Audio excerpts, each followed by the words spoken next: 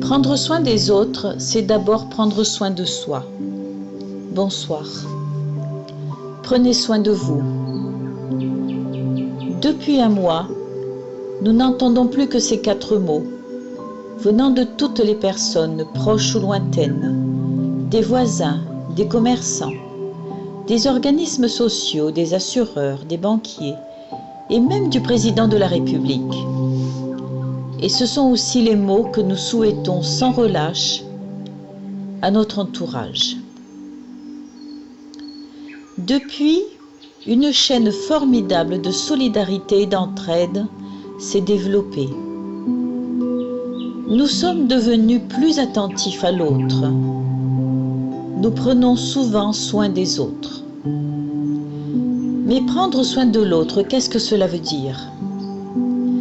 Prendre soin de l'autre, c'est lui donner de l'attention, l'assister, se consacrer à lui et laisser de côté ses propres préoccupations au profit de l'autre, afin de lui donner ce dont il a besoin.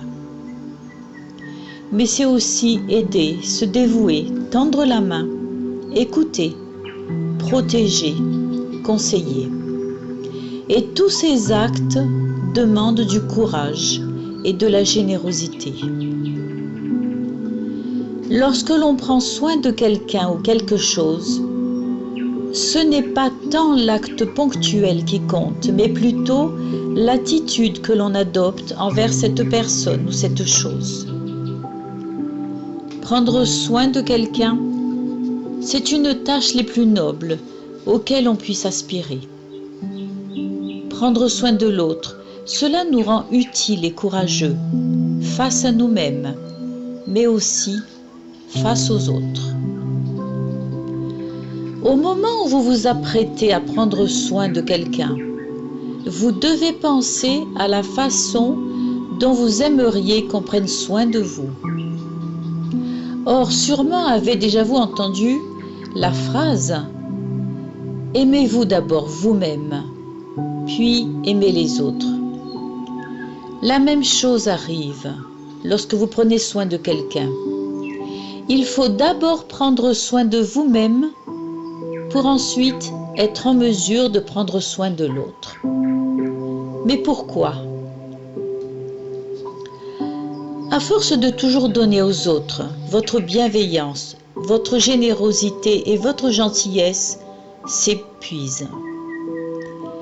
Et comme vous pensez que c'est votre rôle de donner, vous continuez, même si vous n'en avez pas vraiment envie.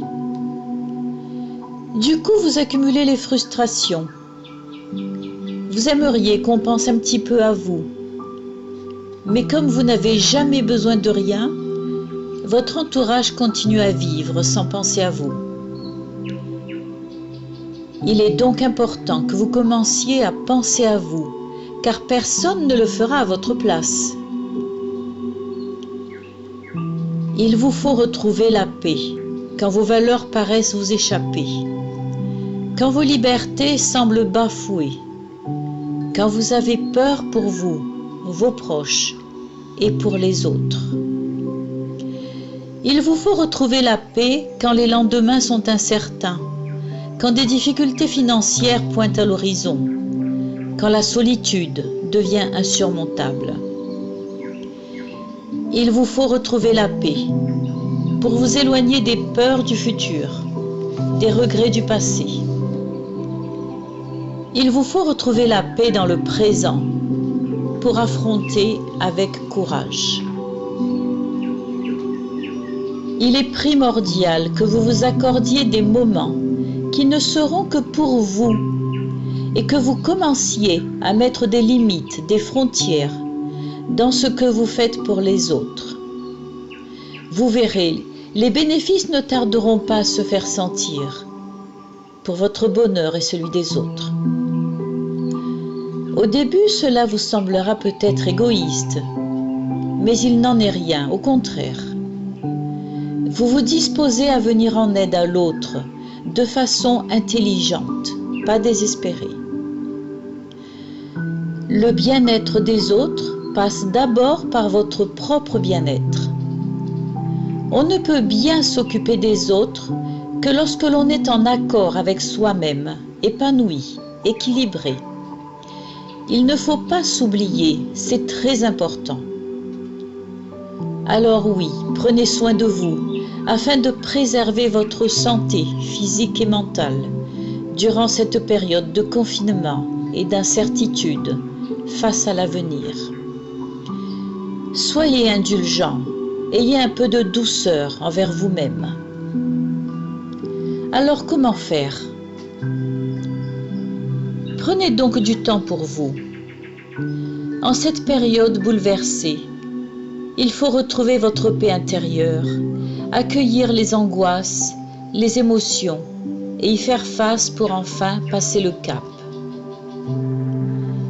Pour cela, commencez par prendre rendez-vous avec vous-même et faites la paix avec votre moi intérieur.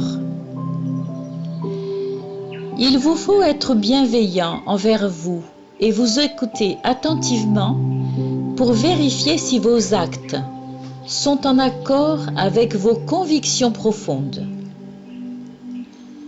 Alignez-vous avec vos valeurs, vos règles, vos croyances, afin qu'il y ait une cohérence entre ce que vous pensez sincèrement, ce que vous voulez être et ce que vous êtes vraiment aujourd'hui.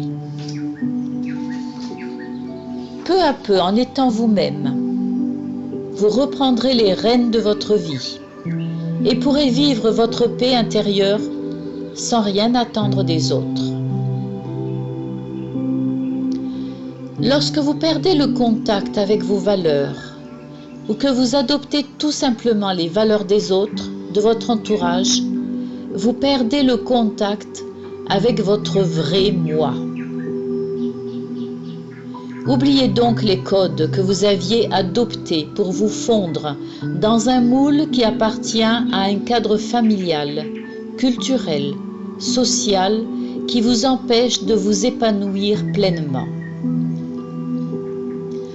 Pensez à soi, se faire passer parfois en premier, s'affirmer, savoir dire non quand cela ne nous dit rien, dire ce que l'on pense, se faire plaisir, sont parmi les clés principales du bien-être.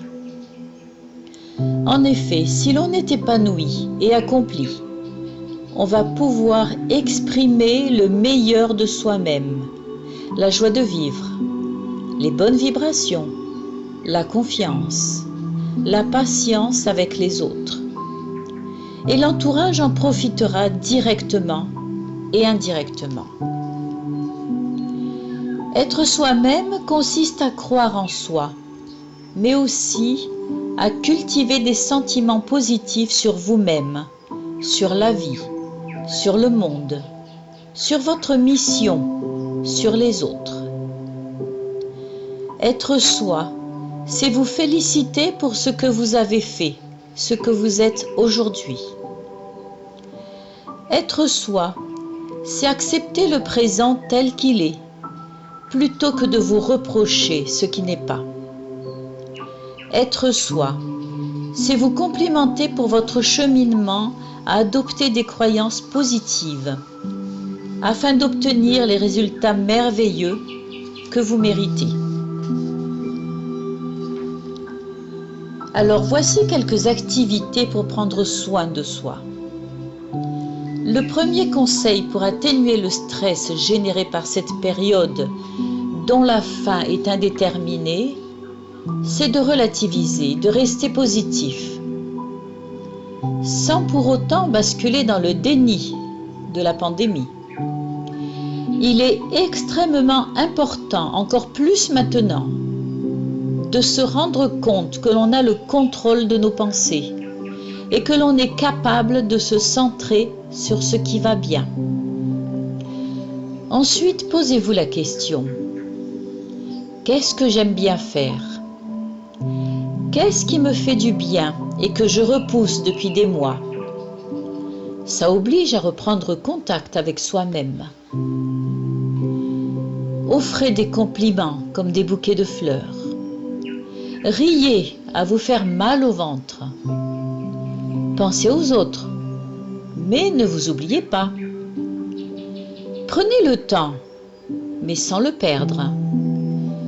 Soyez donc curieux, contemplez, émerveillez-vous. Ne cessez jamais d'apprendre, faites de votre mieux. Souriez le plus souvent possible. Soyez passionné, laissez une place à l'imprévu. Développez votre créativité. Appréciez les choses simples. Et n'oubliez pas de dire merci. L'anxiété n'effacera pas les problèmes de demain.